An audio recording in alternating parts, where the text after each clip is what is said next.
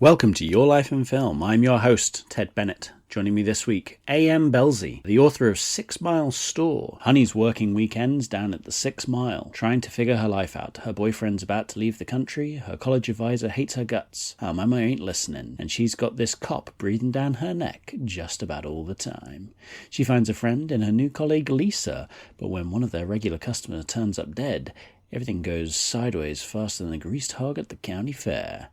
Angel, how I talked to her, I called her Angel, because we're close. No, that's how she introduced herself to me. Angel's book, 6 Mile Store, is available most places, Amazon being for one. We do discuss self-publishing in Amazon and its benefits and, some of its downsides. I've linked it in the notes, by all means. Check it out. There's an audiobook of it as well, which we talk about in the thing as well. In the episode. Jesus Christ. I'm rambling. Anyway, here's Angel. Enjoy. So your book that you've just released, is this obviously it's not the first thing you've written, but is this sort of like your debut published piece? I think so, yeah. I did, at university, I had things published in the literary magazine at university. Oh, nice. I have done some flash fiction that has been published sort of on an online magazine. Mm-hmm. And there may be something even in a printed thing that guy has done. But apart from that, nothing in a more formal sense. No. Yeah. So this is the first thing. And does your style of writing, how would you describe it? Because it falls into that camp for me of that sort of 20th century literature, which is you verge into sort of that Bukowski or that Burroughs sort of feeling of just like the ambling of your life, where there's a story to be told. So I think that my style is probably pretty dry, and I'm not too overly descriptive or flowery. When I was in school, I tended to not be able to meet a word count. So if I got an assignment that was 5,000 words, I would hit 3,800 and just be like, I don't have anything. I've said it all now. I've said it right. I've said it efficiently. Yeah. I've said it exactly. I've given you all the information you need. You don't need me to restate it and make it very overblown. And I've always struggled with that. And I've always been amazed by people who say, oh, this assignment, it's, 5,000 words. I've written 8,000. What am I going to do? I'm like, why on earth? What have you written? What's the problem? Yeah, the answer could be done. No, exactly. I'm the exact. I remember there's one formative memory from my childhood where there was like a series of questions and I answered one, and then in the next question I was like, oh, well, I've already answered it. I've kind of two-parted that answer into this, and I handed that in, and they were like, why have you left this one blank? I'm like, oh, because the answer is kind of there. And they were like, well, no, do them both. And I was like, but it's there. You've got the answer. You don't need it anymore. And I do find, I don't know whether it's just the way that the sort of brain connects a sentence. Like, I don't feel the need in a similar way to make things overly sort of verbose. Like, if I'm writing a note for myself, it's just get milk. Character does this, and when I'm reading something and someone's being like, oh, the rocks were so wet with moist, they couldn't do it. And I'm just like, whoa, where are we going? Like, there's a mossy wall. Like, what's happening around this mossy wall? And, that's right. The thing for me, character is important, and I'll describe character, and plot is obviously crucial, but in terms of surroundings, I like to give people a flavor, but also they need to be able to use their own imagination a little bit. In my opinion, that's what I like to do as a reader, and so that's how I like to write. But I'm so spare about it sometimes that I don't even like giving characters names. So most of my short fiction, in fact, I don't think I've ever written a piece of short fiction where a character has had a name. They are he and they are she and they are it. And in fact, the protagonist of my book, Honey, did not have a name until I was ready to, until the book was finished. And it was only because it's complicated. I have different sections of the books that are titled like yesterday and tomorrow or whatever. And I added an extra section and I was like, well, I had yesterday and I had today and I had tomorrow. So what the hell is that section going to be? And I had to rename them. And my editor suggested renaming with the names of the characters who are the ones who are the point of view characters. Yes. And I thought, well, I guess I got to give her a name. And then I looked through and I realized that actually everyone just calls her Honey, like as a term of endearment. And no one calls anyone else Honey. And I thought, well, God, I guess her name's Honey. So that's how she's Honey. But yeah, I would rather characters don't even have names. I'm that sort of spare about things, really. I agree with you. I'm very similar. Where whenever I'm writing a script, I always think, who would I like to play this character based on how I know the character is going to be. And let's say the actor I know is called James something. I'm not going to name who it is, but I'll think of a name called James, and then I'm like, right, then the character's called James. Just because then I know it's a shorthand. I'm thinking it's this person. Okay, so when I'm writing, I know I'm thinking of that person. And then at the end, it doesn't matter. That's their name now. It doesn't. That's right. I always like. It don't make it easier for James Spader to pick up the script and go, "Ooh, that's me." I'm glad you noticed it was Spader. It's always Who Spader. else could it be? Always Spader. I always liked in Snow Crash, where the main character is called hero protagonist. Yeah, exactly. Perfect. I know exactly where we are.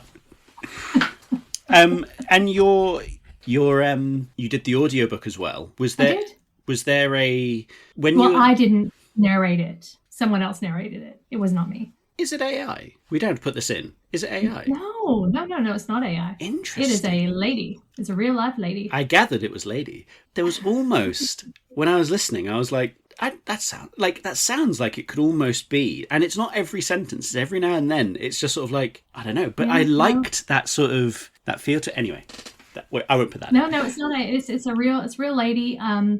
When you go, I'm poor. I'm a poor little church mouse who can't afford big production for my audiobooks for my press, and in fact, I don't do them because they're so expensive to make.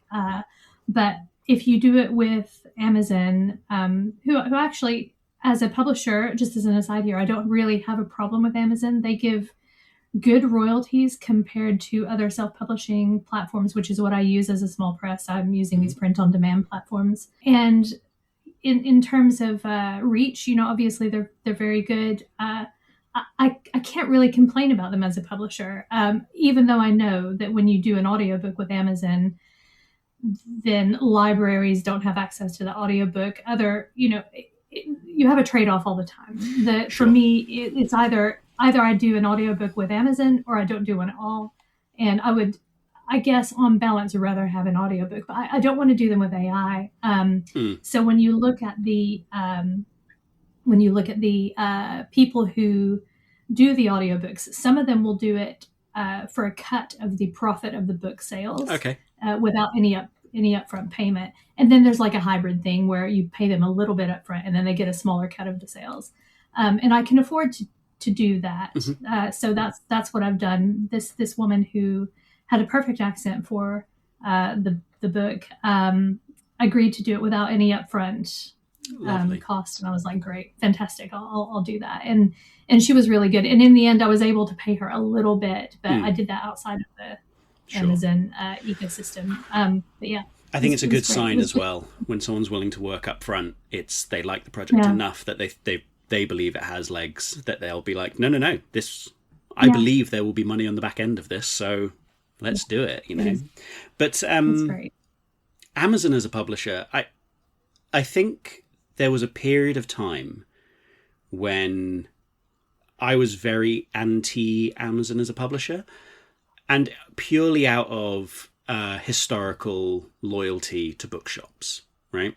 Sure. And it's the same way I feel about streaming services for film. I think like, no, films should have a cinema run. If not, they're just straight to video and all that kind of stuff.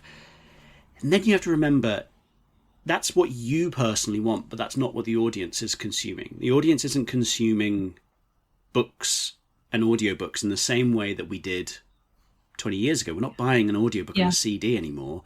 We're just getting Audible. And what can I listen to on Audible? And if I can't get the book I want specifically on Audible, I'll search a little bit, but 90% of the books I want are on it. I may as well use it. Same with the Kindle. So now whenever I see things that are... Because I've read some absolute belters that have been published through Amazon. And I just think like, this is a market that I would have not seen had they only had the ability to submit it to smaller independent bookshops, maybe close to them, maybe a bit further. So they are offering a much wider spectrum of like listeners and readers. And I think for all the bad that they do, that is very good. Yeah. Like, so it's totally there are elements. Again, there are trade-offs. Like everything in life, right? You end up having to compromise, and I'm going to say something slightly controversial, which hopefully will, make a big splash in the press and get me like massively cancelled, and then imagine you should be so lucky. Yeah, that would be great. Which is that I'm not having become a publisher. I am now less a fan of bookstores than I was. Oh, really? And that is because bookstores require a massive discount on the RRP of a book. Yeah. And when you're producing books at a more expensive price point, which you must do as an independent publisher unless you want to take the risk of taking on a bunch of pre-printed stock. So if you're producing smaller print runs or print on demand, it's more expensive. And then the bookstore requests, 40% off the RRP in order for them to stock your book. Then you cannot you'll make a loss, right? Unless you then put the cost of the book up, the RRP up, which impacts the reader, right? Yeah. And so for me to have books that are at a price point that I think is appropriate for readers, I cannot have bookstores in my strategy. I can't, because I can't afford them, because they require such a big overhead. And that's because they want to make, personally, each bookstore wants to make a profit of, say, 3 to 4 something, maybe slightly more than that, maybe slightly less, but £3 or £4 per book that they sell. But, the person who writes the book will get 10 to 15% of what the cover price is. So they'll get £1 per book. As a publisher, I will get less than that. The people who are making the money at a cost to writers, readers, and publishers, the people who are actually doing the work involving the art, right, are the distributors in the bookstores. And they're doing nothing except move a book from place to place. And I find it so infuriating. It drives me up the wall that they think that they have the right to a profit that is 3 or 4 times bigger than the author of the book. So it's complicated.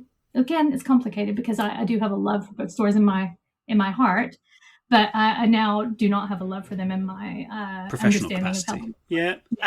And I'm completely the same. As you'll see, the series of physical media I have everywhere around me, it's a similar vein where I would love for a film I make to get a general release DVD or a Blu-ray or 4K, whatever. Financially, that is the most irresponsible decision to do. What you should do is sell it for an amount and get it on a streaming platform and let your film be consumed that way. Absolutely. And 100%. If you want, I know it's a very difficult, obviously everyone needs to make money. I'm not financially driven, luckily. Need the money, but not driven by it. Right. There is that thing of, do you want to make money or do you want to tell stories?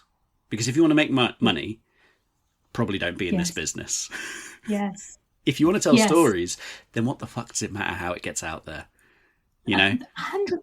I cannot agree more. And this is exactly why I became a publisher, and it's exactly for this reason. And I was listening to your podcast with that lovely young guy who was a producer or a director of films. I mentioned I was on the WhatsApps with you, saying I agreed a lot with what he said. Oh yeah, Logan. Yeah. So I was listening to him going, oh my God, this guy and I seem to share a lot of opinions on things. I became a publisher because I had been working as an agent. It was very difficult to get books in front of editors who had the bravery or the interest in doing something that wasn't profit driven, right? And I thought, I don't need these people's permission to publish this book. I only need the permission of the author and like the guts to do it myself. And like, who cares whether it's published by like, HarperCollins or Simon and Schuster? Like they are profit driven machines. They're producing book-shaped products that go into the world to make more profit so that they can book-shaped products is the perfect example. They're not really, any kind of work of art. And to be fair, they're businesses. They're not like it's not Arts Council. Yeah, it's not their business to make art. It's their business to make money. That's exactly right. And it's very much not their business to make art because they simply don't do it, or if they do, it's underfunded. And so I was like, who needs these people? And so I was just like, well, all that I have to do is do it. And all that I've done is do it. And like my sales are small, but some of them are really good. Like one of my books, Chocolate Cake for Imaginary Lives by Genevieve Jenner, I've just found out is being taught in a university class in Oregon. Like, oh my God, beautiful. What in the world? I can't even believe it. I can't, So sometimes these things just get picked up and they, that people love it. It doesn't matter that I'm a one person in this office that is full of shit because I can't. I don't have the time to get rid of it, and it's just me, and I'm doing the covers, and I'm doing the marketing, and I'm doing the publicity, and it's just me. It doesn't matter because that book has value that other people have found, and they're taking it into the world, and it's wonderful. But yeah, it does require a lot of work and the will to just do things. But I wish we could all just remember that we can just do things. If you want to do a thing, then do the thing. Do the thing. Do it. There's it doesn't matter. The gatekeepers that everyone says. Some exist, by all means. The barrier of entry can be run over by cost of things. But if you just want to do a thing, go do it. Like, if it is in your abilities to sit at your computer and write a novella, a short story, whatever, and then just post it. Yeah. Just go do that. And there are so many ways. There are so many ways to get a story into the world as well. Like, so... For example, one of my authors, B.B. Berkey, and I came on this. I was like, I'm going to talk about my book. I'm going to talk about me. Everyone's good. But actually, I love to talk about my other authors as well. So my author, B.B. Berkey, she is a wonderful fiction author who had a story that was about two women. It's a very complicated, intriguing story. And she couldn't get it published. So she ended up making it as a podcast. Because nice, she also, like anyone, has done something herself. She's done this podcast production company, and she was like, "Oh, I'll just." And it's been a success for her. And it was like, this is a story she wanted to tell. She couldn't get it published traditionally as a book, so she put it into a different format. And voila, here it is in the world. And it was the right way for the story to be told because it's a conversation between two people. Oh, perfect. And like exactly. And you can write things serially. You can put them on a blog. You can write them in Flash. You can write them as a novel. But why just a novel? There's so many things other than a novel. You can make a short film about it. Like. There are so many ways you can tell stories. You don't have to rely on other people to give you permission at all. And I would say, even if you're an author and you just want to write stories on paper in books, there are now no gatekeepers because you do not have to approach an agent or a publisher. You can publish anything yourself. You can do it. And all that is going to stop you from achieving massive success in the world is the amount that you can market and find publicity for your work. But then if you can focus on that yourself. One person with one platform can blow up your book, and it doesn't matter. Absolutely, yeah. It doesn't matter whether they found that book via Waterstones or Barnes and Noble, wherever they buy there are other bookshops. It doesn't matter where you buy your book. But if you you found a blog and you read this thing, and someone starts talking about the blog that they found, there it is. It blows up.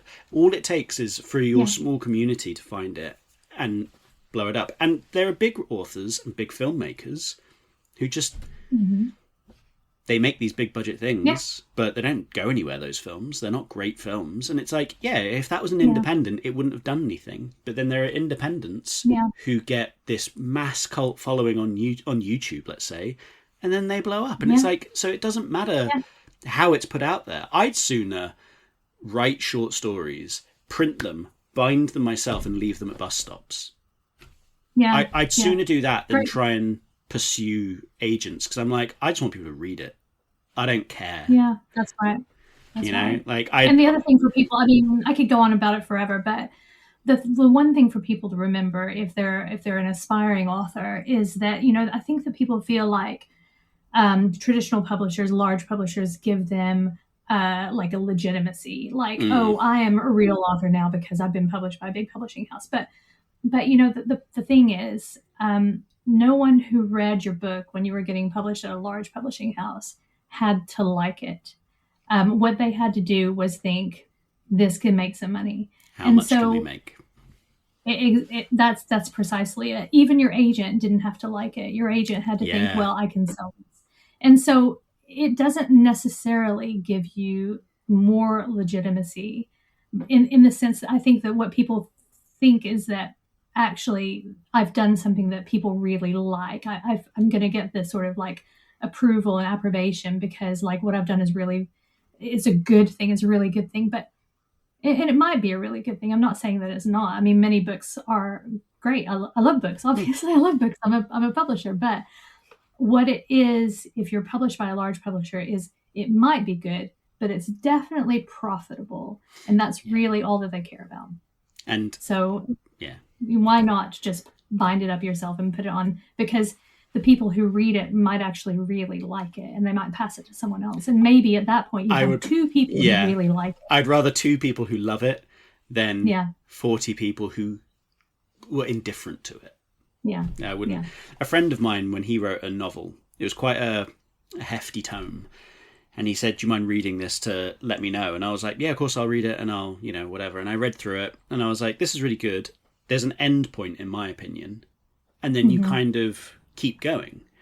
And he was like, well, I wasn't done with the story. I was like, it's not a critique. What I'm saying is, like, how do you want this published, essentially? Yeah. And he was like, well, I was going to send this to some agents and try. And I was like, I'd hold off on that for the time being. And I'd stop at this point and I'd make this part a second book. And then I'd plan for a third book. Yeah. And then when you pitch to an agent, you have a trilogy of books, which is probably more juicy for them to sell because they don't want you to be a one-hit wonder. And he was like, I guess. And I was like, if you just want to release it, put it out as it is, it's good. But if you want to go to an agent, and he did it in the end, he cut it into 3. And I think he's actually having more fun as a writer now doing it because now he's thinking of it in a different perspective and he's able to go. But there is that thing of like, if you want to sell it, you're not selling this idea. You're selling yourself as a continually bankable commodity to them. Yeah. I mean, I could even go on about how publishers will require, 3-book deals or 5-book deals, and then you end up in a cycle of having to produce on their timelines, or you're out, and then it's very difficult to get back into being a published author. So, I think that kind of advice was actually really good, especially if he was going to get a 3-book deal. Well, at least then he doesn't have to work to horrific timelines. But I won't go on because I could for hours and hours go on about publishing and how awful it is. It does feel like the publishing world and the filmmaking world at the independent level seem like they're at very similar sort of places where I can see how they don't encourage new creators to keep going. It's very much how long can you afford to keep pushing this? And if you can wait longer than the next guy, then maybe you've got a chance. But what they are presumably really good at doing is letting indies take huge creative risks fail or succeed on the back of those risks, and then say, "Ooh, we like that idea. We're going to steal it from you, or we're going to poach your author, or not author, your actor, or we're going to poach your idea." And then they're going to pretend that they brought something new to the mainstream world of cinema, when in fact it was the indies who took all the risk and were able to capture the zeitgeist in the moment and do something that was really interesting and creative that people liked, so that the big guys could then just swoop in and go, "Yeah, that's our idea now." That was our idea. Are they good at that? Because publishing's pretty good at that. They are pretty good at it. I think they've learnt their lesson from a few years ago, where they liked an idea and then gave it to a more steady set of hands, let's say, and then they realised, oh, it wasn't the steady set of hands that made this what it was. It's not just the idea; it's the person's vision, and it's the person's way of handling their team and handling their idea. Mm-hmm, mm-hmm. And I think now they're a bit better at sort of going like, okay, we really liked what you did there. We'll give you something else, the director, and maybe to try and get that done. But then it goes straight into the money aspect of, but it didn't make 60 million. And it's like, well, it's a £1 million film.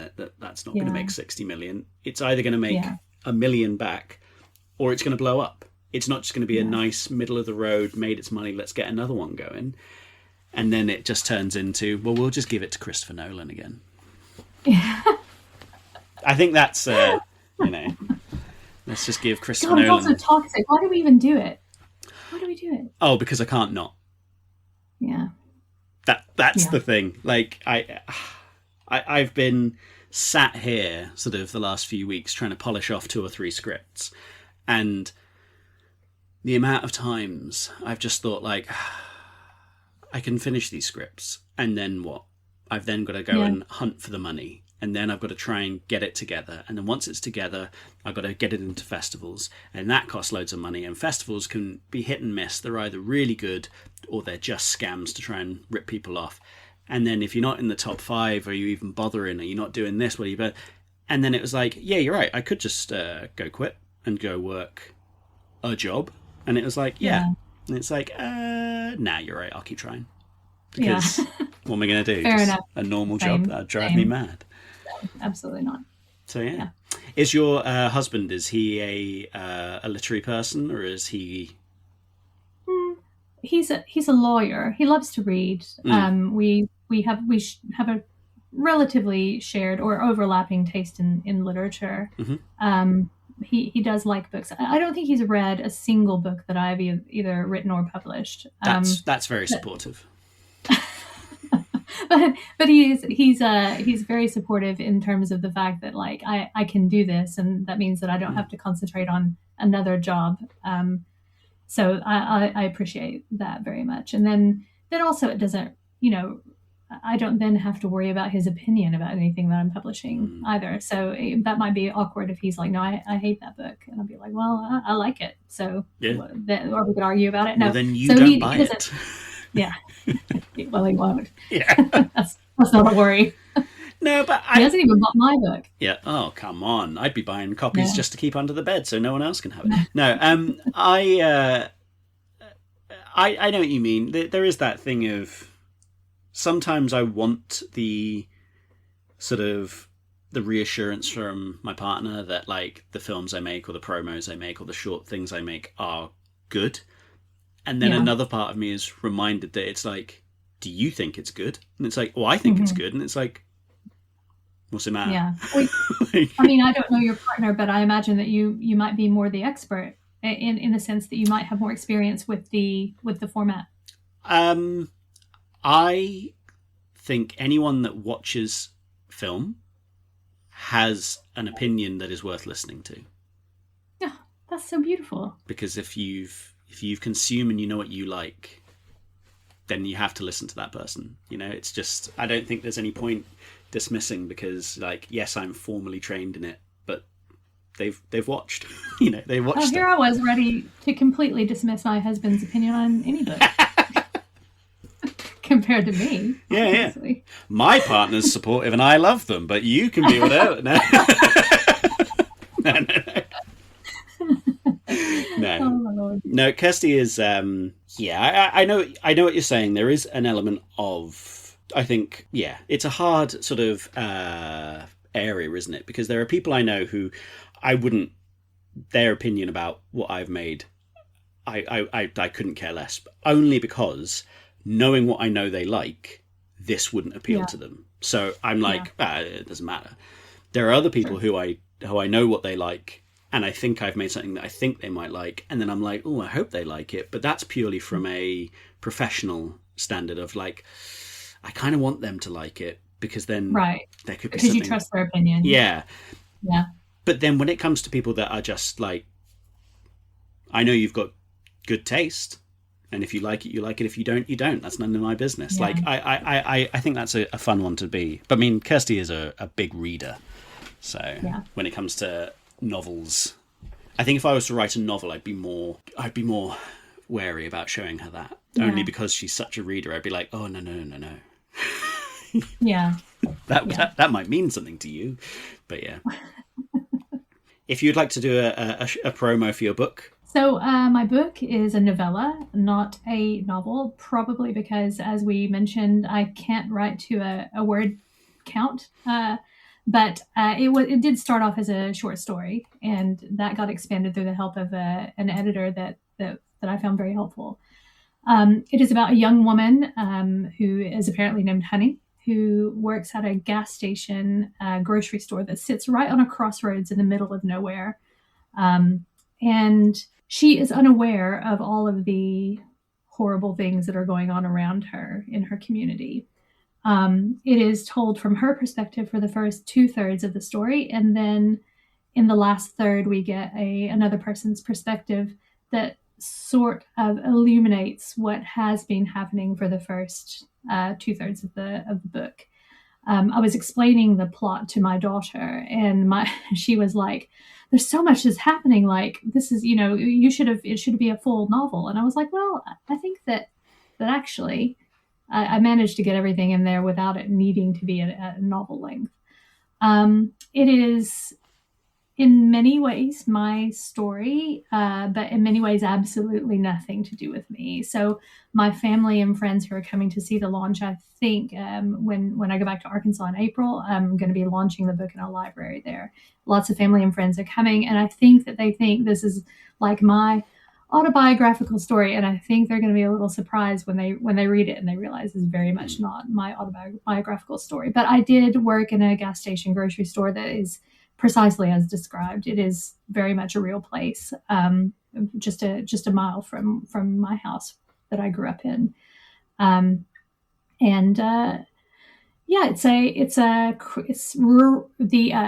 genre is rural noir. This is a very difficult genre to say, probably in my accent. rural noir. Or you could maybe call it crime to an extent, maybe some kind of, I don't know, slightly literary crime-ish. Mm-hmm. I don't know. You read it, so would you put it in crime fiction, or would you put it somewhere else? I would thriller, if that makes sense. Yeah, maybe because it's like it's not crime, but it isn't crime adjacent. It's that sort of. I don't know. I would definitely go more thriller, but I think the noir is more a fitting title for it. It's more Southern Gothic, maybe Southern Gothic. I don't know. I think it's interesting. So sometimes it's hard to categorize these things. Yeah, I mean, it's always. There's so many, niche subsets now that you are like, it is what it is. Read it, But it's interesting that your daughter said that there was so much, and it could have been a novel. What I loved about it is that by giving everything just a taste or a hint or a short, like, oh, we put a fund out to raise money for that thing. Mm-hmm. I loved how it was actually like, no. What this is saying to me is that this community has so much going on that you're not aware of. And there is this, you get these hints, you get these moments. It's every time you see a missing cat poster, you think for a second, oh, that's sad. But then you're like, well, hold on. There's a cat that has a life, and there's a family that have that cat, and there's all of it in there. But all you're getting is this missing cat poster. And then you're like, well, there's so much story, but you're only getting this little bit. And I know it's a bit of a tangential way of saying this. It feels very much the same way that when you're told about little moments, little vignettes of someone's life, it hints at a bigger world and don't necessarily need to be told everything. bit like what you're saying with how you write. You're hinted at it, which then gives this even more scale. So you don't need to write about it because you've got it. You've got the scale just through those hints, and I think it's what I like. Thank you very much, because that's really what I aim for, is to provide a slice. And you slice down the middle of a thing, and you'll see edges of all the things that are running through it. And I don't need to slice it anymore, because you can use your imagination about what that's going to look like as it goes through. So yeah, that's what I was aiming for. So thank you very much. I'm glad to hear it worked. Luckily, it was well written. So I was able to get that. I think as well, I think a lot of audiences are spoon-fed, and some audiences like to be spoon-fed, and I think to assume all audiences like to be spoon-fed is disrespectful to the audience. Some people like to use their imagination. Some people like to look at it and go, "Ooh, that was good. What was that bit? What was this little nugget? I'm going to think about that little nugget for a bit longer than I probably should, but oh, that was good." And then that's when maybe their own imagination triggers, and they write something, they say something, they paint something, and then you're like, oh, that's inspired. But if you give someone A to Z, here's everything, then there's no room for interpretation. And it's like, well, all right, that's fine. Yeah, I completely agree. We are of one mind. Perfect. Do you think there is an interesting perspective being an American that's lived in the UK for 30 odd years, nearly 30 years? Must be about that now. Almost 30 years. Because you were saying that it's very dry, and I did think it is very dry, but it also has that sort of southern hospitality feel to it as well, where it's sort of everyone knows everyone's business, and it's not in a prying way, but it's just in a, of course we do. But then you also pick up that English dryness. Do you think that's quite a unique voice that you're capturing?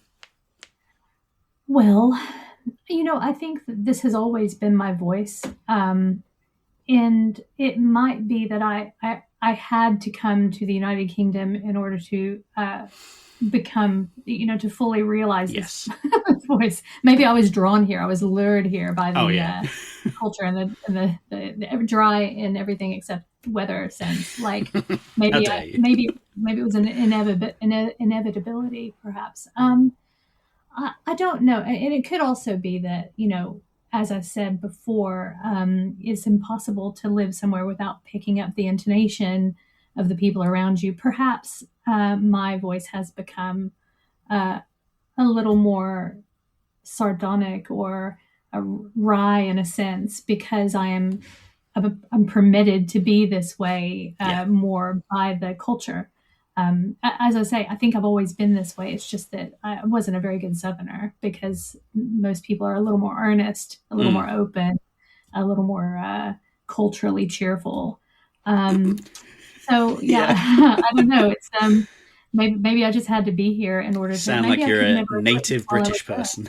Well, I've been here now longer than I was there, right? Yeah, so, that's fair. Yeah, it's hard to be someone who's got one foot in each culture. I was a child in America, and I came here when I was 21, but I'm an adult. Yes. I've only ever been an adult. I've only done things like buy a house, be involved in arranging my own affairs in this country. So I don't know. It's kind of it's difficult to know what I would have written had I stayed there, if it could have been the same as it is. Yeah, I know what you mean, because it may have been too close to home, that you'd feel like, oh, is this a story that needs writing? It's too close to home. Whereas taking yourself away from it, you realise, oh no, it is a unique story. It is a good story to tell. But if you're too in it, you become almost like, well, that's just day to day. And it's like, no, it's not day to day. It's not day to day for me. It's not day to day for them. Yeah. So it is better to step out. Is it just the one daughter? I have one daughter and one son, but my daughter, she's 14. I'm not sure that she should read it yet. I mean, I think there's some fairly explicit scenes in it that she might not be ready for. I mean, she can read it if she wants to, but I've told her, just so you know, there's a sex scene. Also, there's a rape scene in it, which I'm not so sure would be something I want her to read. But, she, as I say, she's 14. She can, I mean, God knows. I was reading God, the Danielle Steele novels that went around my school Yeah. when I was 12 years old. And like, I remember one of them, and the book literally just opened right at a page that was just sort of like a full, I mean, and I was 12 and that was going around. So I'm sure she would be able to handle it. My son is 11 and he definitely wouldn't read it. Although he has read other things that I've published and enjoyed them. I don't think he'd enjoy this one. And also he's too young for it. And I also don't want my elderly relatives to read it for the same reasons. Although they've all said they're going to be buying it and reading it. So I've told them you're not going to like it. They're reading it anyway. So hey, I can't stop them. Let them. They might love it. Let them. Have your kids gone over to the States and seen? Yeah. Yeah. Good. They like. Arkansas is a very beautiful place. Lots of natural beauty. Really, just a stunning place to drive around and to find. It's also, there are places of it that are really trashed out and not too attractive. You know, we have very lax building codes. There's nothing that's stopping you from putting up a big billboard that says whites only or whatever, which they have done up in the northwest part of the state. Is that the town that's like out and out? Oh, yeah. Just white folk. They just want to have a white town. And also this is for the, I mean, yeah, like you don't want to live with them anyway. So. No, it's like if you want to all put yourselves in one area, yeah, by all means, fuck off. That's true. But I kind of feel that way. Like obviously I don't approve of their, but I do approve of them all just getting together and just making it an easy target for the bomb to fall on. That's fine with me. That's what I want to do. I don't care. Did you ever see that Sacha Baron Cohen film? What was it? Grimsby. Oh, I didn't see that one. It's fine, but the whole premise of the thing is that they want to kill all the stupid people in the world, so their plan is to blow up the World Cup. Like, I wasn't sure about the film, and then when I heard what that was, I was like, well done. So yeah, similar. Oh my Lord. But yeah. I mean, the northwest part of the state is also where the Ku Klux Klan Grand Wizard lives as well. Oh, really? Fucking hell. You know, the part in my book where I mentioned that the KKK had adopted a mile next to the school, that happened when I was in school. So yeah, it is. There are places like that in Arkansas too. But my children, going back to your question, they love it. It is a beautiful place. We don't go back a lot, and now they don't want to go back because they're frightened of Donald Trump. Yeah. They're frightened of getting shot. They, all of these things I'm like, well, yeah, it's good to be afraid of Donald Trump, and I guess you could get shot. I can't say they're not going to get shot, and that's also why I don't particularly want to take them, because I'm like, well, it's not actually a safe place to go. So no, my brother lived in Manhattan up until about 3 years ago. He was there for about 10 years. Then they had their daughter, and they decided that they don't like the idea that she might go to school and there'd be a school shooting. And they were just like, that's not how children should be raised. No. With the fear of gun control. It's like, I don't know. So they moved up to Edinburgh. Perfect. And, where it's just cholesterol. I'll get you. Yeah. Yeah. Was there a good theatre in your hometown? There were two theaters. I think there was one when I was small, and then maybe when I was like 9 or 10, there was a second one that was built over by the new Walmart. So the first one was by the old Walmart, and then the second one was built by the new Walmart. And so then there were two. Walmart's a very important place. Yeah, really important. Arkansans. So there were two. I mean, I wouldn't call them good, but they were serviceable. They did what they needed to do, and I have very fond memories of them. So perfect. In that sense, they're good. They're good cinemas. Yeah. I mean, they're dark and they showed films. That's good enough for me. Perfect, and they have popcorn. Excellent. With weird liquid butter, but we won't get into that. Ooh, delicious liquid butter. So, what was the first film you saw at the theatre? Already a complicated question. I'll give you the. I will give you the nice version. The first film that I saw in the theater was Annie.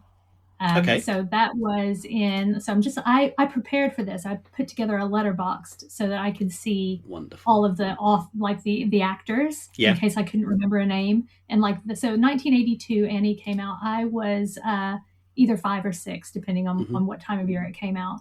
And I loved it. I loved Annie so much. I loved it so much that I had to use the bathroom so bad in the cinema, and I did not want to leave for a moment because I wanted to continue watching Annie so bad. I was absolutely not, and I wet myself. I wet myself in the cinema because I could not leave. I could not leave that room because I was watching Annie singing and dancing and doing her thing. I loved Annie so much. It was brilliant. Excellent. Brilliant. I miss that wonder of going to the cinema as a kid and being so jazzed, so excited, and so like, oh, I can't miss it for a second, and just having to do it. I miss that. Yeah. Well, I don't miss wetting myself, but I did love Annie so much, and I know what you mean, like the wonder of like the excitement of going in and like the lights going down and the things coming up, showing all the producers and what are those called? The credits. Not the credits, but like where it comes up and the logo of the company comes up, and then the next logo of the next company. Oh, does that have a name? I don't know. I just, when it shows all the production credits, I would always think that's still that's still just the credits. Yeah. Okay. I love that. I love the excitement of seeing like a production company you already know you love. Oh yeah. Oh, it's so nice. And they might change. Sound. Yeah, they might change their logo a little bit, and you're like, "Who's? Yeah. Oh, it's you." Exactly. Yeah, I like that. Yeah. No, trailers used to be the thing for my mum. Like, if you'd said like, "I went to go see this film," she'd be like, "Oh, what trailers did you get?" Yeah. Doesn't need to know about the film, but like, what trailers did you get? They're the good bit. Yeah. And it's true. It's interesting though, those memories of being a kid and going to the cinema, because we grew up near sort of Crouch End, Turnpike Lane area, and I remember the Odeon that was there and going in to see the Power Rangers movie in '95 or something. And I just remember sort of like walking in this dimly lit corridor, and we were all going through to watch this thing, and I'm holding a parent's hand. I can't remember which parent it is, but I just remember being that little and looking at the cardboard standees and being excited. I'm going to go see Power Rangers on the big screen. This is going to be amazing. And I love it. But nothing beats that feeling. Yeah. And I try to give this to my kids as well. I'm like, ooh, should we go to the movies? Do you want to go? And they seem less excited than I was, and I find it a little annoying, actually. Yeah, annoying is the right, yeah. Why are they not so excited? But I guess, they have everything at their fingertips. Like, but since we have the nice Odeon with the lie-back seats and the delivering food the Lux, to you, yeah. The Lux. We have a Lux near us, so I can often tempt them by a sofa, and they'll bring you a Coke and they'll bring you some popcorn. But being of people of a certain age, now, a dark room and a reclined seat, how long do you last? Because I'm not lasting very long anymore. No, I'm fine. I'm totally fine. Usually because it's really cold. It's too cold to fall asleep. Oh, really? I love a nice chilled room. Nice little chilled room. I'm like, getting cozy in my seat. And then I'm just like, well, I'm just gonna gone out. I think if it were warm, that would be me as well. But no, I can't do it if I'm too cold. But no, it's totally fine. I love movies, so I love going to the movies so much that I don't actually. I'm not one of those falling asleep on the sofa while the movie is on for people. Oh, really? I'm just very into it. Yeah. I think my brain has associated sitting and watching a film as being nice and relaxed, but only because it's like, we're going to watch a film. That means for the next 2 hours, we don't have to worry. We are being shown this story. And then my brain will just be like, well, then we're out. And it's like, no, brain. We're still engaged because we're watching the film. Yeah. It's like, you watch with your eyes, mate, not with your brain. And then gone. Like, I can't. But it's fine. It's fine. Did your kids see the Jamie Foxx remake of Annie? No. I don't think they've seen any Annie. Maybe I showed my daughter the first Annie when she was little, but I don't really remember. No, I haven't seen the Jamie Foxx remake either. Have you seen it? Is it good? No, I haven't seen it. Oh, okay. I haven't seen it in only I wasn't of the right age when it came out to care, if that makes sense. Like, Yeah. nor am I such a fan of Annie that I'd be like, oh, I'd wonder what they're going to do with it this time. Mm-hmm. There's no shade on it. You know what I mean? I'm sure it has its moments, but yeah, I just didn't. yeah. You say that was the nice story. Is there a pissing yourself is the nice story? What? Well, I was going to come on to it when you asked me about the 18s. Then we'll wait. Yeah, yeah. What film did you watch over and over again as a kid? Oh, yeah. So let me pull up my letterbox here. There are a few. Mm-hmm. So, on getting things out on video, my mother, I didn't grow up with my mom. I grew up with my grandmother for complicated reasons. I would go and see my mother at the weekends, and I would occasionally ask if we could rent a film. And I think, just like I was punished by my daughter for having a television and a projector, I watched Frozen about 365 times because we watched it every single day for a year. Yeah. My mother was subjected to this for every weekend for probably 3 years with The Never-Ending Story. Oh, shit. Yeah. So I loved The Never-Ending Story so much that I have watched it, I mean, countless times. I've probably watched it a good 50 times in my life. And then when I, stopped watching The Never-Ending Story over and over again, it was The Breakfast Club. Okay. Over and over and over again. So I've probably watched The Breakfast Club. That might be the film I've seen the most in my life. Oh, really? Because I've never stopped watching The Breakfast Club. I watch it. I could watch it right now. I could just put it on and watch it while we're sitting here talking. I would love every moment of that. The film club that I help organise in Shrewsbury, we're putting on the Breakfast Club at the end of the month. Oh, what? I'll come and watch it. It'll there be we wonderful. Go. Perfect. But also, I was going to say that I grew up with my grandmother and my auntie in a household that was quite religious, kind of conservative, and so I wasn't. I have a big gap in my movie and music history because I was not allowed to watch anything that was above a PG for probably until I was an adult. And so in my house with my grandmother and my auntie, we rented tons of films. But I remember we rented What About Bob over and over and over and over again. Have you seen that? Yeah. It's a brilliant film. Yeah. Also, a bunch of Doris Day and Rock Hudson films. I remember. Lovely. Wonderful. So a lot of these 60s films like Swiss Family Robinson. Pillow with Talk? Yeah. Pillow Talk, 100%, yeah. All of that kind of stuff. So I have a lot of 60s films in my repertoire. But yeah, I loved Doris Day and Rock Hudson in those movies. And whoever the other guy that she was on screen a lot with someone else as well. But fantastic movies like that. The other thing that I was going to say that I watched a lot of weirdly is on TV we would get movies repeated a lot in America where you just see them over and over and over. And for some reason, it was always The World According to Garp. Always The World According to Garp. It was on.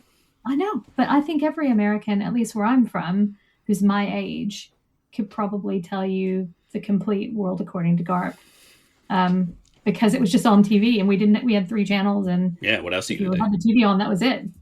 So there are a few of them, but they're from different kind of like. If I had my choice, it was Breakfast Club, Never-Ending Story.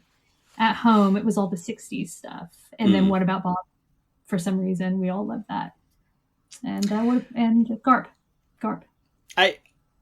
The 60s films, I think it's such a shame that like kids nowadays, you know me, I'm such an old soul here.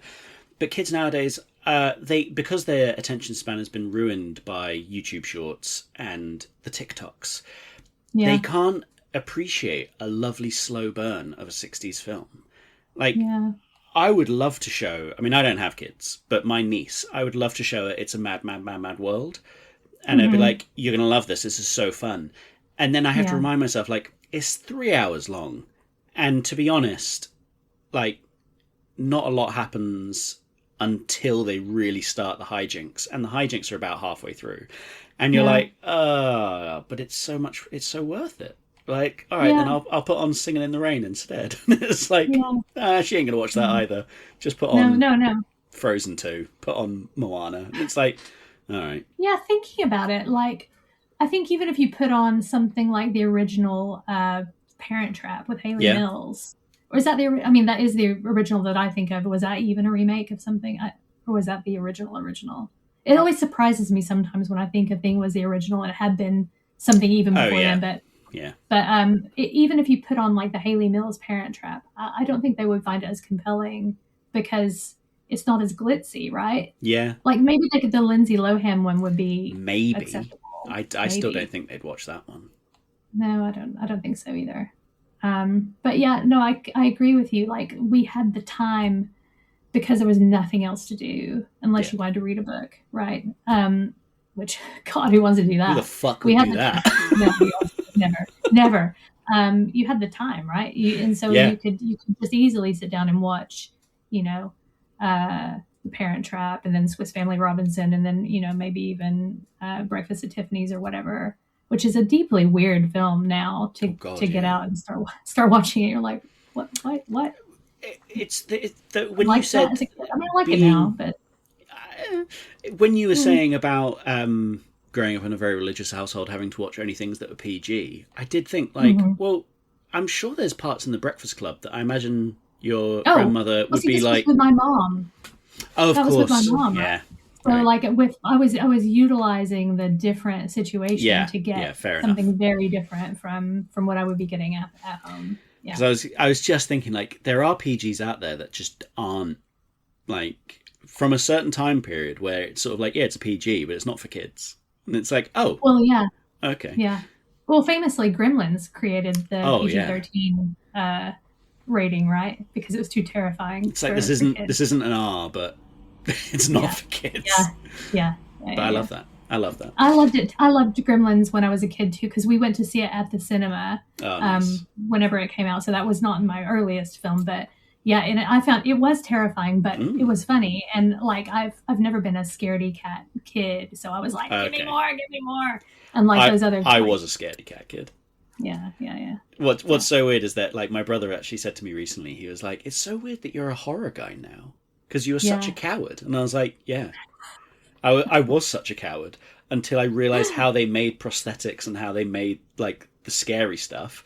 Then I became really interested in like, ooh, how do you do a cast and then you break it and then you get some like bones, like beef bones. And then as soon as I got into all of that, whenever I watch a horror, I'm like, how did they do that? And then there'll be a big jump scare and I'm like, yeah, I know you do a jump scare, but how did you do that bit over there? And it's like, then horror films. You like the technicality of it. Oh, yeah. Now, like, I really struggle to watch anything that gets me, gets me. Because I'm so invested in, like, how did they do that knife gag? It looked like it went in. How did they do that? And then I'm too invested in how they did it. Like, aliens and ghost things still get me, but not really. This is the struggle that comes from being in the field, right? It's the same with reading books. I can now see how they were put together, and it's hard to get your head out of the work mindset and into the enjoyment mindset. So getting into the things you love is a really great way to stop loving them. 100%. I will say that my favorite sort of palate cleanse of whatever. It's 90s thrillers. 90s thrillers are done so well and so, like, they're a tight 90. They've got a couple of people you know in them, and the story is so easy but fun that I can just watch a 90s thriller and be like, well done. Perfect. Yeah. I didn't need to think about film at all during that. It's great. Yeah. So, yeah, that's the dream. Just watch those over and over. Yeah. So, hinted at earlier, but what was the first R-rated film you saw, and how old were you? So let me just look at when it came out. Okay, so depending on the time of year it came out, I was 3 or 4, and it was The Shining. And I saw it in the cinema with none other than my mother, who apparently wanted to go see it. It was her weekend with me and probably didn't imagine that I was going to be paying any attention. So actually, I don't recall this, to be fair. I've been told this. So if I'm maligning my mother and her common sense, then I apologize to her. Although we haven't spoken in many, many years, so I have no need to apologize for anything. Fuck him. Nothing. I'll never apologize. But I think it's very possible because she was a big Stephen King fan, although he hates Donald Trump, so she's probably not a big Stephen King fan now. Because she's a big MAGA bro. It's very subtle, but I can't imagine why you've not spoken to her for a few years. Right. And so she was a huge Stephen King fan. And, I know that people were massively excited about this adaptation that was coming in into the cinemas. So it's very possible that she just really wanted to go on that particular day and needed to bring me with her. And to be fair, it is a belter. I love it. I love deciding now. I've seen it. I know people are divided on Kubrick's treatment of lots of things. And even Stephen King himself, but I don't care. It's a good film. I think it's a great film, really. I think it's a really good film. It's a tight film. And maybe I was traumatized by it, or maybe I wasn't. Maybe that's why I'm not a scaredy cat, because, once you've seen an elevator full of blood rolling towards you at the age of 3, you're like, I'm cool. What else you got? Gremlins. Yeah. Who cares? So that was the film that I saw apparently first, or the first 18 that I saw. If we want to go ahead. I was going to say, it's so bonkers that in America the R rating means that as long as you're with an adult, anyone can go see it, and you just think I get that, but also no, But we also then have the NC-17 rating. Nothing really gets NC-17, do they? I think some things do. I don't know these days. I mean, I'm so out of the loop with what's getting what rating in America. I don't know, but we do at least have that place where an adult can. I mean, for example, I let my daughter can watch a 15 if she wants. My daughter can watch an 18 if she wants. Although I don't think there are very, very many 18s that she wants to watch. My son, they're not the same. They're not the same as 18s. I don't know. It's for me, allowing your parent to be the one to make the decision seems to make sense, and then having a category where the parent can't even make that decision seems also to make sense to me. But I mean, having only ever been an adult in this country, I totally see where you're coming from, and I don't totally disagree. It is a bit weird. It's a bit bonkers that my mother could potentially have taken a 3-year-old to see The Shining. That is kind of crazy. But I think when we were kids, we would, mum and dad would rent 2 films from Blockbusters, one for the family and one for them for later, and not pornogs, but Terminator or something else, something that was like Leon, something that was just this is for adults, it's not for kids. Yeah. But they would sometimes we'd watch the family film, and then they'd be like, all right, boys, you can watch an hour of this, or you can watch half an hour of this, then you got to go to bed. So you'd sort of be like, okay, and you'd sit up and watch half an hour or an hour of Terminator 2. And if there was a bit where there was this threshold of mum would be like, this is fine, and then she'd be like, all right, boys, don't look at this bit, and that would be it. That would be your whole thing. And for some reason, I feel like that's completely fine in the comfort of your own home, being able to say hang on. Or you have to leave the room now, but you can't do that in the cinema so much. You can't do that in cinema, and I think that's just the thing. It's if you're in this, and also if you're a kid in the cinema, you might not have the same respect for a certain scene that might have some emotional weight, and then you're like, this is boring, and someone's over there just weeping. Yeah. But Andy Dufresne's finally free. It's not.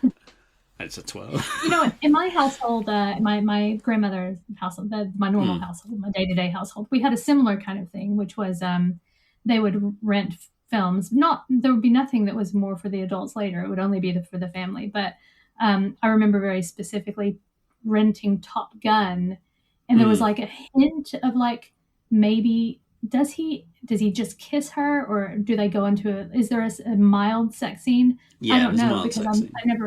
I never got to see Top Gun, because the moment it came on, it was like, nope, it was off. And so I didn't see Top Gun until I was an adult, because of this very thing that you're discussing. I love how the mild sex scene between him and Kelly McGinnis, whatever, Oh, yeah. but all of the homoeroticism of that beach ball scene, like volleyball scene, it's just It sort would of have been like, right over their heads. yeah, Right over they're their like, heads. this is just men having a lovely time in the sun. Good red-blooded Americans. Look at them Just in the high-fiving each sun. other. Yeah. They're just, they are fucking, Reagan would love them. And it's like, maybe. But yeah, madness that is. Do you censor what books your kids can read? No. If they're reading a book, I'll be too shocked. That's better than not. Yeah. I'll be so surprised. I'll be like, read it. Just thank God. Thank God you're reading a book. Just Lady Chatterley, whatever. Just read the fucking thing. I don't care. I tried to give my daughter, like, I'm so desperate for my daughter to read a book that I got her the Sarah J. Maas Court of Thorn and Roses, or whatever it is, yeah. series. The first book is, I've read only a little bit of it, but I know it gets spicy. I hope that she knows it gets spicy, so that she'll just read a book. No, even that, I can't even tempt her into it with like a promise of some elf soft sex. sell, like Yeah. This could open your mind. Just saying. No, she won't read a book. So no, I don't censor what the children read. If they're reading, I'm happy. I do. I don't let them watch YouTube without supervision, because of the whole algorithm thing. Yeah, I've been around a friend's house with his kids, and like when I came in, they were watching something definitely for children on YouTube Kids. Everything was fine, and then like we went off, got a coffee, like in the house, just went into the kitchen, got a coffee, had a little chat, came back through, and it just started auto playing the next thing, and he was like, "What the fucking hell is this?" And I was like, Jesus Christ, man, I thought this was on YouTube Kids. And it was like, it is. But they can game the algorithm. And it wasn't like, it was just spooky, And I was like, oh, that's spookier than I'd want children to watch. Like, that's not cool. And I don't know, I don't. Yeah, but only for that reason, for the same reason. I don't censor, but I pay attention to the media that they consume from particular outlets. But no, in terms of books, no. And I'm pretty liberal about these things. And also, I don't care about swearing so much. I grew up with all kinds of violence on TV, right? Like, and I don't even really care about sex scenes. I think they'll be more traumatized by a sex scene in something that if they were with me than I would be. But my husband, he seems to have he doesn't really care. So he'll put on a film and they'll be like effing and blinding all the way through the film. And my kids are like, are they speaking French? And Charles will be like, you got to hear these words. And so I think my children now know all the words. Yeah. But they don't use any of the words in front of me. So I guess it doesn't have any context to them. Like you gotta know the words though. Like, I tell now that my children are traveling to and from places kind of more on their own. Yeah. My rule for them is if someone tries to like bother you in any way, whether abduct you or sort of like, wank in front of you or something, you need to shout the worst obscenities, because people don't pay attention to kids who are like yelling normally, because kids just yell. But that's if just you noise, yell, fuck off, whatever, then they're going to pay attention to like the 11-year-old who's like screaming, don't be a shitbag at me, at not me, whoever's wanking at them. Yeah. Yeah. I hope you're not. No, it's I remember when we were young, they always said like, don't yell for help, yell fire. Because people are more likely to want to help you in a fire than out of like getting attacked. And I was like, that's fucking horrible. And I feel like this is just the next generation of it. It's just if you hear a kid just blah, blah, blah, blah, blah, you're like, oh, for fuck's sake. If I had, I don't know, actually, if I heard a kid yell like, fuck off, you little cunt, I'd be like, I hear you, kid. I agree. Yeah. I don't know. I mean, I live in a very odd part of town where I hear kids yelling some weird shit, and I just have to end up being like a curtain twitcher, like, what's going on? We did? What's going on out there? Through the Venetian blind. They need you. They need your attention. They don't. Because I'll be like, it's shit, try harder.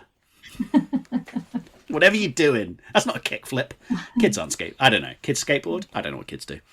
These days, no, they don't do anything. They just watch YouTube on their iPad.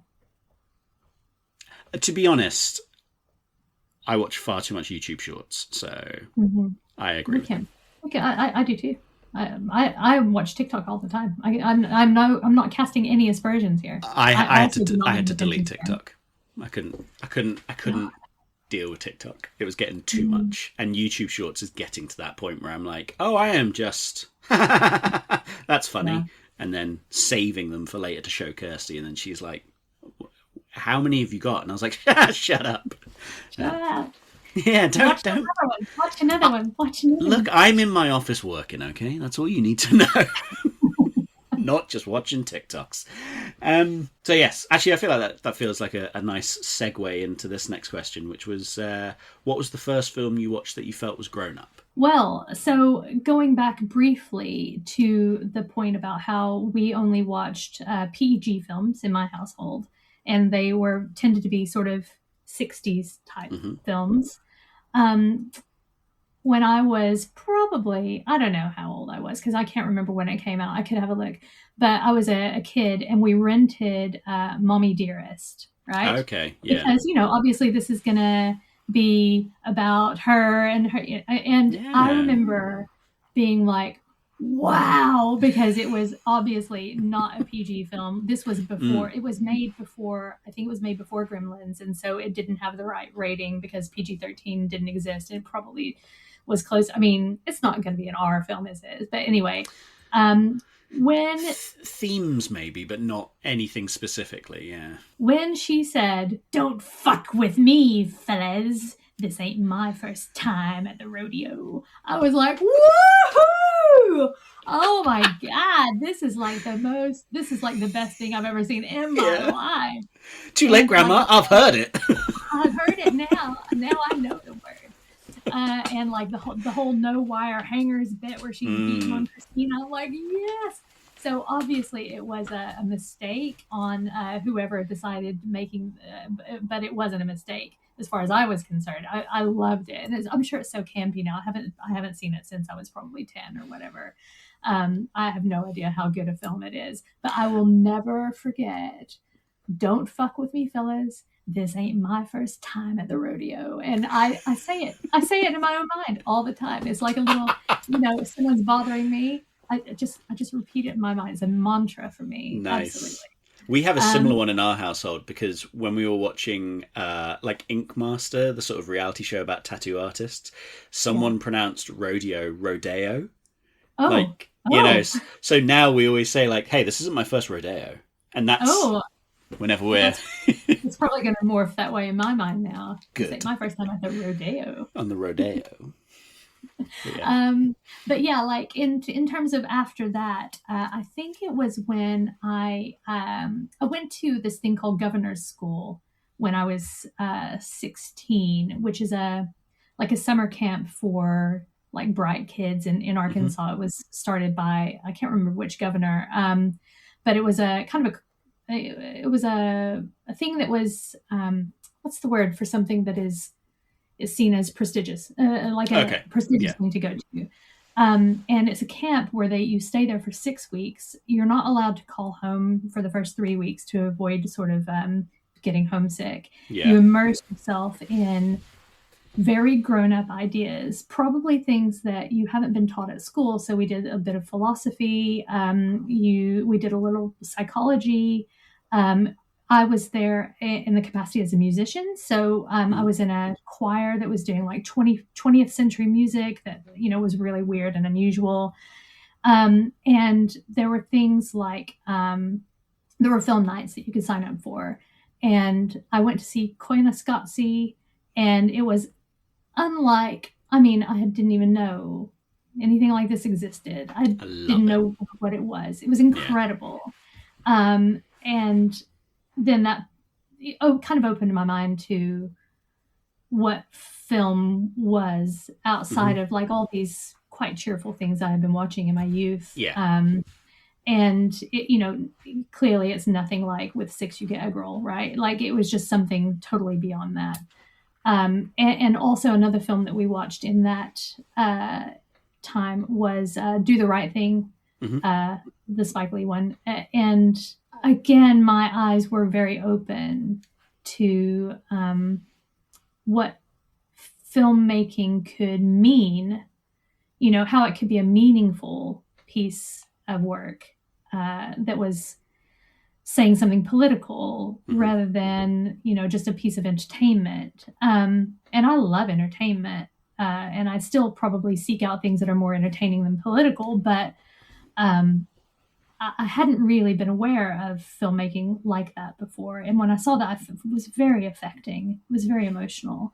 So I would say that there was that experience at governor's school where I got to watch things that were outside the norm. That really made me feel more like grown up and probably pursuing more grown up things. I think Koyaanisqatsi as well is definitely one that makes you feel, if you've never seen anything that doesn't technically have a narrative, but it's been given the exact same credibility as Shawshank Redemption, let's say, and you have to sort of look at it and go like, oh, film can just be a series of images connected, and it's like film and art are technically the same format. It's just, sometimes you consume art in a very like how fucking things are designed to sell products. That's just pop music. That's just art, still art. And then there's high art, and like it's just a different way of looking at it. And you're like, oh, and I can enjoy both. It's like you enjoy both. You can love both. It doesn't matter. I was learning about I experienced Koyaanisqatsi at the same time as I was learning about John Cage and his experimental way of doing music, and how you can even just have a stretch of silence and it's the sound around you that's the music. And I think that kind of thing, when you're growing up in the middle of a very rural place where culturally education is not seen as particularly important, and having people suddenly open your mind just that little bit more about what art is, or what the potential that things can have beyond what you might have perceived them to be previously. It was so incredibly valuable, so valuable as an experience to have. Also, I imagine Do the Right Thing, Arkansas, in a certain time period. You've never been shown just that kind of stuff. So if you remember the riots in Los Angeles, those were really heavily televised, and so you're aware. I think we're all aware of these things. Racism, as I've mentioned, was still very much a thing in Arkansas, and I think it still is. Although fortunately, things have improved a lot. I see a lot more mixed couples when I go back. I see a lot more people of color just in general. The area where I grew up was very segregated before, and I think it's more integrated now. We're aware of these things, but having it kind of in your face in such a visceral way was, clearly nothing I'd ever seen before, and it was a very emotional film to watch. I mean, I guess if I watched it now, I probably wouldn't feel quite the same way. I watched it recently. Oh, did you? Not for the first time. Like I had Kirsty had never seen it before, and I'd bought the Criterion of it, and I was like, "Oh, well, I'll save it for you then because I love it." And I was watching it, and I was just sat there, and I was just like, "God, that's such a good film. It's so powerfully lovely and miserable at the same time, and just it's a bit like whenever I watch like Black Klansman, another one of Spike's, where I, at the end I'm just like, God, I fucking hate racism. I just don't understand it. But yeah. And I think maybe it's very possible. I mean, I don't know for sure, but I think it's very possible. Maybe that's the first film I had seen by a black director. I mean, you definitely didn't see anything from the 60s by a black director. No, so, I know. That's what I'm thinking. I can't. So, it wouldn't, the perspective, obviously, people don't necessarily tell stories from a perspective that is that requires them to have a particular identity. But I think it would have been very unlikely for me to have seen a piece of art about racism from a white director at the time. I'm not sure I ever will have. It's a difficult Although one. we did watch Guess Who's Coming to Dinner when I was a kid. Oh, nice. And yeah. I mean, my household was not a racist household, like, No, but I will say, like, Sidney Poitier was that, like, he was, I want to use the language that was used without sounding like it's my opinion. He was the black actor that was acceptable to the white community because he wasn't threatening. And so he was used a lot in those films because then people didn't feel as intimidated about him. And it's just sort of like, oh, that's good. So, it's baby steps. Baby steps. Going back to What About Bob, it's all baby steps. Baby steps. Nice. Circling it back to What About Bob. Always. What film holds a special place in your heart? I would say that when I was growing up, the film that was most special to me, and that is still really special to me, that I want to share with my family, that they don't seem very interested, is It's a Wonderful Life, from, I think, 1942. Have you seen It's a Wonderful Life? Yeah. But okay, so I wasn't sure how popular it was in the UK. I think how many people have really seen it. Quite for a Christmas film, it's one of those ones that everyone... My mum watched it a lot as a kid. Well, when I was a kid, my mum watched it a lot. Yeah. And my friend Vince and his wife went to Seneca Falls, which is where they shot it. Yeah. I think that's right. Yeah. So yeah, it's brought up in my community a lot. Yeah. In your community. In my community. In your community. Yeah. No, it's such a beautiful and just, I feel like, foundational, like I wouldn't say that I'm a massively optimistic person. And I wouldn't say that the film is really actually as optimistic as people think it is. No. I think that people see it as some kind of like, life is just so much better because you're in it kind of film. But actually, when you watch it, you realize, like, how it was in some way good for him to give up his dreams and settle. And that is kind of a bleak message for such a film that is seen as such a heartwarming classic. I mean, that's quite an American message. Like, yes, it is. Don't follow your dreams because we can't monopolize on that. So that's right. Get into the system. Yeah, get the wife, get the kids, get the failing business. But it's not really about that. Obviously, it's that nostalgic feeling. But I would also say that on a similar kind of note, and I don't know anyone else who has seen this film. It's a Thanksgiving film from 1995, directed by Jodie Foster, called Home for the Holidays, with Holly Hunter and Robert Downey Jr. in it. Have you seen this film? I haven't seen it, but no one has seen this film, and there are no Thanksgiving films. And I don't Planes, know why Trains, there are no Automobiles. Oh, I suppose so. Yeah. Okay. Well, there are very few Thanksgiving films. Yeah. Right. Which is odd to me, given that in America, Thanksgiving is on a par with importance with Americans, because it's just such a big deal. You would spend Thanksgiving with one set of parents and Christmas with the other set of parents, and the next year you can swap them around, and no one feels like they've been shortchanged, because Thanksgiving is massively important. But there are very few Thanksgiving films. But Home for the Holidays is such a cool film because it highlights the sort of boomer millennial divide. Before anyone was using those words for boomers or millennials, right? And the people who are stuck right in the middle are the Gen X, right? And they're all getting ignored, obviously, by everyone. Anne Bancroft is in it. Claire Danes is in it. Oh, like, and they are like, it's a massive cast list, actually. Yeah. and they're at odds with each other, generationally. But that's not really the main point of the film. The main point of the film is, being just sort of the experience of being at home on Thanksgiving, while your life is sort of like, maybe it's crumbling around you, but you've got to, pretend like it's all good at home.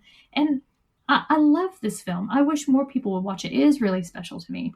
I wonder if they don't make as many Thanksgiving films because it's only applicable to North America.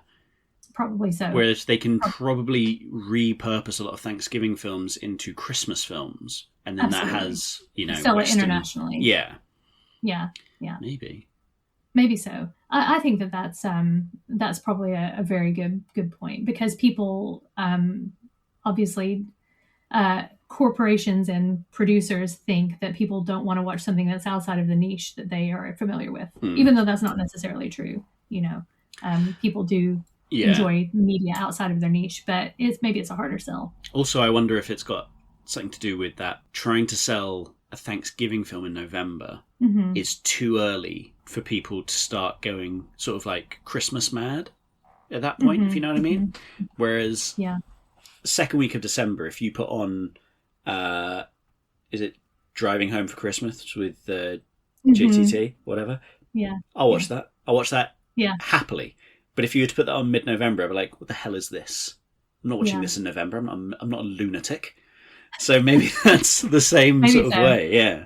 But then again, I would watch Planes, Trains happily. But that's a very special film, right? That's its own special thing. So I can see that. Okay, interesting. Do you celebrate Thanksgiving at home, as in with your... No, I don't. Ironically, given that I've just said that's a very special film to me, I don't really believe in Thanksgiving. I find it a little bit distasteful, actually. Bit gauche. Also, and I don't like turkey. So fair enough. There are many things going wrong with it, in my opinion. No, I don't celebrate Thanksgiving. I just really love seeing the big cast in that film, in the way that they're very subtle and moving interactions with each other. With each other, it's just really nicely done. Also, I think that kind of goes into what I was saying about 90s thrillers, that you can't top the cast in 90s thrillers. Most of them from either TV or what they've eventually done. Yeah. And they just seem very good at what they do. And I don't know, there's something about it. When you see a film that's got so many names in it, and it didn't have to cost 250 million, it just so happened to be that these people were all jobbing actors at a certain point, and you're like, this is good, this is nice. Yeah. Also, losing his life to drugs, RDJ is always a wonderful... When you see RDJ high, essentially, I know it's a horrible thing to say, but he was such an intense, wonderful actor that, unfortunately, I think he had to have his, I guess is not a breakdown, but like there had to be a moment where it was either he died young or he got clean. And we never thought that he was going to be what he is now, right? No, like he was uninsurable. Even on Ally McBeal, they didn't want him. And it's, it is really nice. Whenever you see him, whenever you see a young RDJ, it's always like, oh, you're such a good actor. This one was right on the cusp of that. So I think it was probably one of the last things he was doing before the fall apart. Yeah. I mean, if you watch it, I would be interested to know your opinions on it, because it's a quiet film, and it's not, maybe it's not well known for good reason, and maybe I'm just missing it. I am the person who loves Emerald Fennell's Wuthering Heights, to be clear. So you may have to come back to me and go, actually, no, it's a turkey. It's a dry, miserable turkey. But, I'd be interested in your opinion. Okay. What is your controversial opinion on a famous film? We've had controversial opinion on the book industry, but what about film? Oh, yeah. My controversial opinion is that the new Wuthering Heights, the Emerald Fennell Wuthering Heights, is really brilliant. It's really good. Okay. Fucking love it. It's absolutely fantastic. It's a visual feast. It is absolutely, I mean, it takes a radical departure from the book. But actually, every film adaptation that I've ever seen of Wuthering Heights radically departs from the book. So, and no one cares about that. Like, they all stop, at a similar stopping place. Yeah. I don't want to spoil it for anyone, but they all stop. They don't tell the full story. And the reason for that is taking Wuthering Heights as a book and trying to film it accurately to the book would be, I think, almost impossible, and also kind of pointless. Like, read the book. Read the book.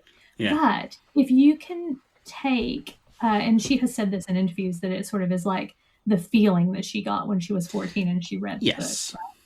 If you can take a concept, a feeling, and then take a story and allow that to express a concept in such an incredibly unique, visual, visceral, and dangerous way, which is what she did.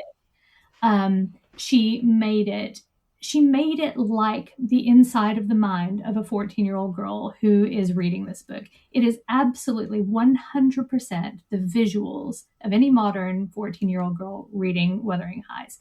The wedding dress did not have to be historically accurate, because it's a 14-year-old imagining a Kathy getting married, right? Yeah. It didn't have to be. It is like the house that is, the rich people's house. God, I can't even come up with the name. I'm so overwhelmed by it that I can't remember any character's name. Nice. The house, the rich people's house, is so beautifully, weirdly, incredibly furnished. And all of the outfits are exactly what a 14-year-old is going to picture when she's like, oh, she's rich now. She's got everything that she could possibly want. It is perfect. It is such a weird, it's almost like the guy who did, the other thing recently. Can't remember his name. Yorgos. Oh, yeah. Yorgos Lanthimos. Yeah. It feels like that kind of film in a way, because everything is just so weird and like with Poor Things. Yeah, with Poor Things. That's exactly the one. Yeah, it feels like his work to me, but it's obviously it's Emerald Fennell's work, and and all the sex, right? Like, obviously this didn't happen in the book, but it happened in the 14-year-old's head. It did. It is a perfect distillation of exactly what she wanted right onto film, and we all got to experience it, and it's gorgeous. It's gorgeously done, and I love it. And I do not have any truck with those who do not understand the vision. That's my contribution. Fair enough. I think that's fine. I think it's good. I like it when people like films that are considered bad. I like that's their controversial opinion. It's a nicer thing than being like, oh, this good film is shit. Nope. This shit film is good. No, I haven't seen it. I don't know if I like Emerald Fennell's storytelling tropes enough, and I don't know the source material at all. So to me, it's like, oh, I got no skin in the game for this. Yeah.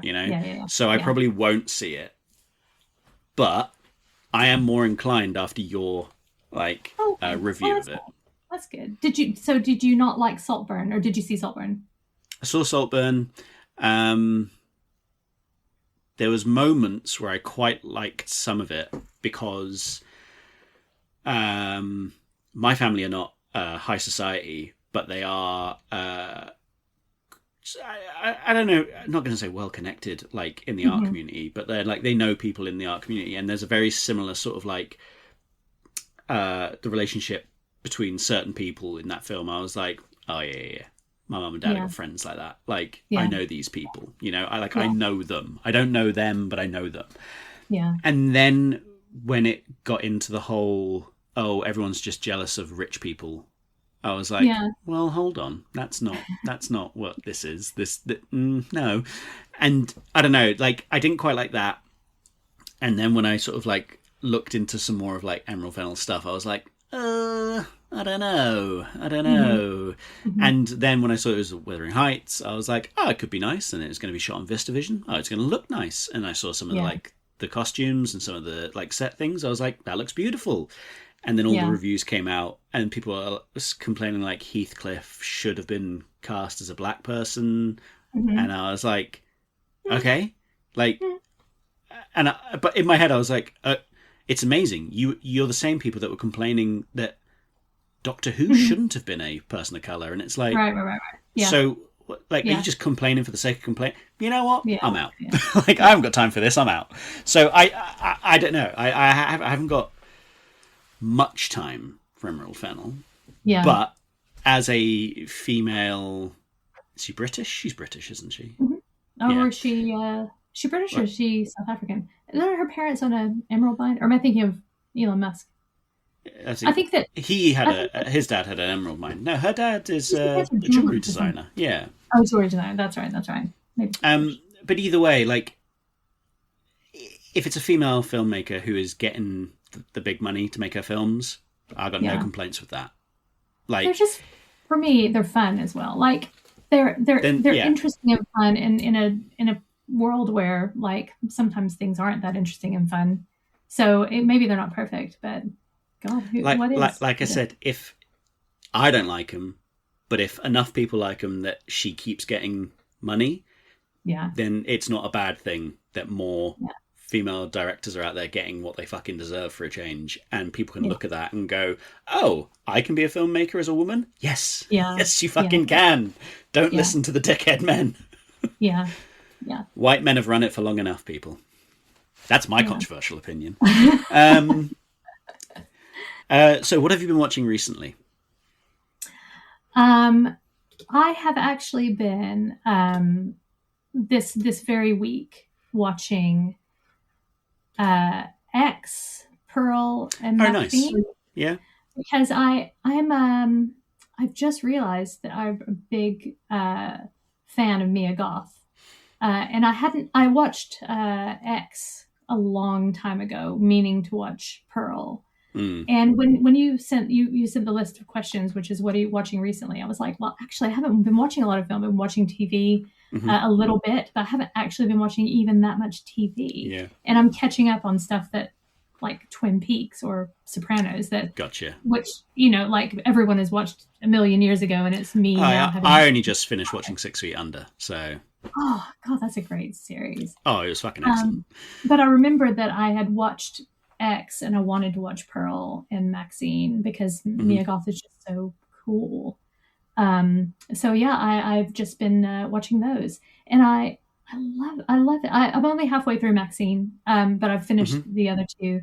And what I really loved, I mean, A24 is just like one of my favorite places to get movies. I haven't watched everything that they put out, but I do like everything that I've seen. Relatively safe bet, Yeah. Pearl is excellent. It's so good. I think Pearl is my favorite of the three. Yeah, it's so good. But it's the way that they have managed to give the right feel to everything. So the way the first one did feel like a 70s, was so 70s, and then going with Pearl, like it was it deliberately? I haven't looked up anyone's opinions, but it felt like The Wizard of Oz all the way through. Was it supposed to feel like The Wizard of Oz all the way through? Oh, I imagine so, because it's the time period, isn't it? It's meant to enact the time period and the films of that era. And Wizard of Oz, it's meant to be that she's got this wonderful imaginary land that's in her head where everything's going to go well. Yeah. It doesn't. It's just so evocative. God, it was so. I don't have the vocabulary, unfortunately, to say anything other than it was just so good. But it was so good. Yeah. So good. Yeah. And Maxine I'm enjoying because it is so 80s. And I love the approach they've taken. They're obviously three entangled films that are very related to each other, but they didn't feel the need to make every film look like the last. You know what I mean? Like they made it appropriate to the time period, which I think was a nice choice. And when people say, when you suggest a film, they're like, "Oh, do I have to watch the others to have seen this?" It's like, yeah, but they're great standalones that happen to be interconnected. It's the same way I feel about the first three Alien films. It's like you don't need to have seen any of them. You can just watch whichever one you want in any order. They're great fun. And I think with the Maxine films, it's just like They're great fun. Like, just watch them. Yeah, no, that you know. really. But I would say with the Alien films that because life is short and we could get hit by a meteor at any time, you must simply watch Alien because you might die before you get to. And it's just such a good film. But then all the others are good. So then watch those too. Sure. I would go Alien, the director's cut of Alien 3, Aliens, maybe Alien Resurrection, and then the rest. Yeah. I think that's fair. I think that's a good choice. And good. Controversial. I know everyone loves Aliens. And it's like, yeah, Aliens is a great film. But it works better as a horror film than it does an action film. So, yeah. Whatever. So what TV have you been watching? Like, literally, I never saw The Sopranos when it came out. Mm-hmm. So I'm watching Sopranos. And I did watch the first season of Twin Peaks when I was a kid. But I couldn't remember anything about it. And so I thought, I didn't watch the second season. I haven't seen the films. So I thought, well, I'll just rewatch Twin Peaks. And I got so much more out of it than I did when I was a kid. It's so good. Do you think you're going to go and watch the second series? Yeah, I think I will, because I know that people don't like it, but I want to watch it. So I'm going to. Fair enough, yeah. I made a horrible realization about myself after David Lynch passed away, and that is, I don't think I like his work. I like what he does, I like what he represents, and I love the way he thought, and I loved him as a person. His films, I don't think they're very good. So I heard also on the same episode that I listened to before, where you guys said that you didn't like Mulholland Drive. Okay. And I was like, I always bring it up, apparently. what's wrong with you guys? I love Mulholland Drive. It's just bonkers and beautiful. Maybe this is it. Maybe I just really love insane fever dreams in my filmmaking. Maybe that's what I like, have you seen Enter the Void? No, I haven't. Gaspar Noé does a beautiful, miserable 2.5 hours of fever dream, and I love it. Okay. So it's just a Lynchian sensibility that you're not so big into.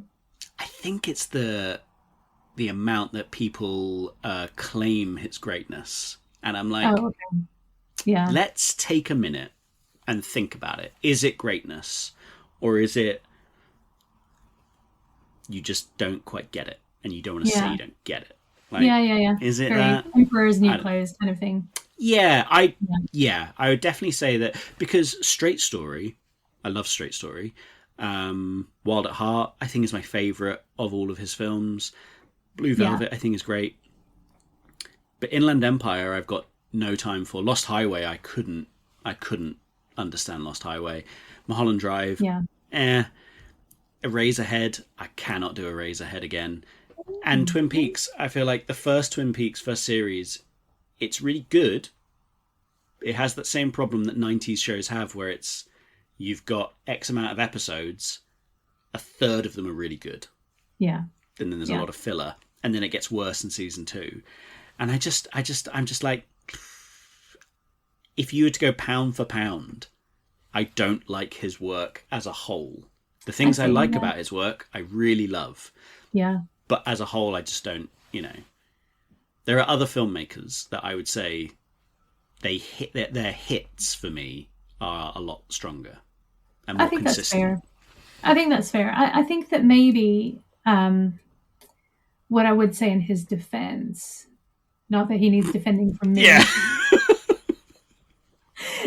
David, wherever you are, I hope you appreciate this. No one else is standing up for him. Is that he had a vision that was unique to him, which he pursued relentlessly. And I think that you and I would both agree that that is what we want the most from everyone in the world. And the problem with the world is too many people do not pursue their own their own vision with intensity. No, I 100% agree. It's the same, I think, that I was saying about Emerald Fennell, where it's, if you're making it, it meant that someone like you is allowed to make something, and then that might give someone else the ability to think that they can do it, and try harder, or just try in the first place because they thought there was no point trying, and then it's 100% worth it. Mm-hmm. Yeah. So yeah, like I said, I like what he does as a concept, and I like him. Yeah. But the output maybe isn't for you. The output isn't quite for me, yeah. And I mean, there's like authors which I feel the same way. I'm always annoyed that I don't like The Neuromancer, the William Gibson book. I absolutely adore cyberpunk literature, but that Mona Lisa, like Hyperdrive, I cannot get on board with it. I'm just like, I get it. I get what you've done, but fuck me, I cannot read your books. Yeah. But it's fair enough. It's the same. I mean, obviously, I don't love every author, but I appreciate almost every author. Almost. Sure. I think if you're able to put something down and record it as a piece of artwork, great. Just always do that. Do that as much as you can. Okay. Well, thank you very much for coming on. Thank you for having me. It's been lovely talking to you. I very much enjoyed it. I've had a lovely time. I will link your book in the notes so everyone can go and get themselves a copy, which I insist that they do. It's good. And I hope you keep going. And have you got anything else that you plan on writing soon? I am also writing another book set in the same area of Conway, Arkansas. Kind of a story of someone who wants to do a luxury club on the shores of Lake Conway, which is not a place where you would put a luxury club. And maybe some things that go a little bit wrong with that. So yeah, I'm putting that together, and it's tentatively titled Razor's Edge, but we'll see whether that continues in the same vein. How do you do the title? Do you come up with a good title and then you think, what happens in this title? Or do you think... as mentioned, I don't like anything to have a name. It's just that book two. In this case, Arkansas's team is the Razorbacks, and this guy's on the edge of Lake Conway. And for some reason, I guess in my own like fever dream, the Razor's Edge came to me in a dream, and I thought, oh, that'll do. I'm not going to think of any other title. So that'll do. That's what you want to hear from a creative. That'll do. That'll do. That's fine. Well, thank you very much for coming on. And thank you. I hope there's some films that people want to add to their letterbox. There are some things that I will add. Annie, I think, is one.